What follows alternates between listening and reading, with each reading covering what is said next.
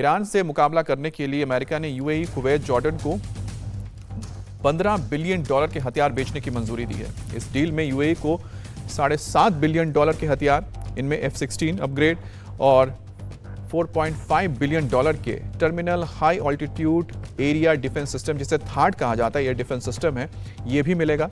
इसके साथ ही कुवैत को $8 बिलियन के lower tier air and missile defence sensor radar system दिया जाएगा। वहीं जॉर्डन के $70 मिलियन के F-16C और C-130 सपोर्ट देगा।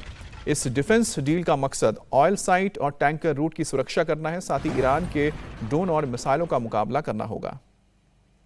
तो यूएई, कुवैत और जॉर्डन, ये तीनों ही अमेरिका के सहयोगी मुल्क हैं और यहाँ पर अमेरिकी बेसेस भी हैं और इनको करीब $15 बिलियन से ज़्यादा के हथियार बेचने की मंजूरी दी गई है।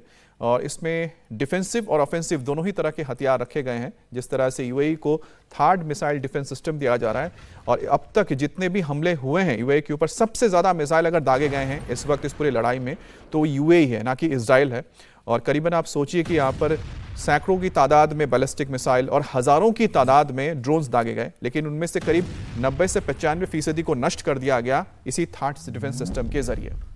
अब इजराइल की तरफ से ईरान पर ताबड़तोड़ स्ट्राइक की जा रही है। हिजबुल्लाह के इलाके में इजराइल ने एयर स्ट्राइक की है।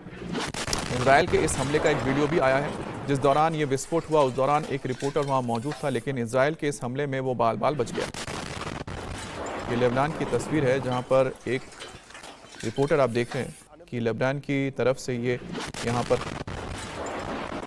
रिपोर्टिंग कर रहे थे और ये आरटी यानी कि रशिया टीवी का आप देख पा रहे हैं, हो सकता है रशिया टीवी के ही लिए ये काम कर रहे हो।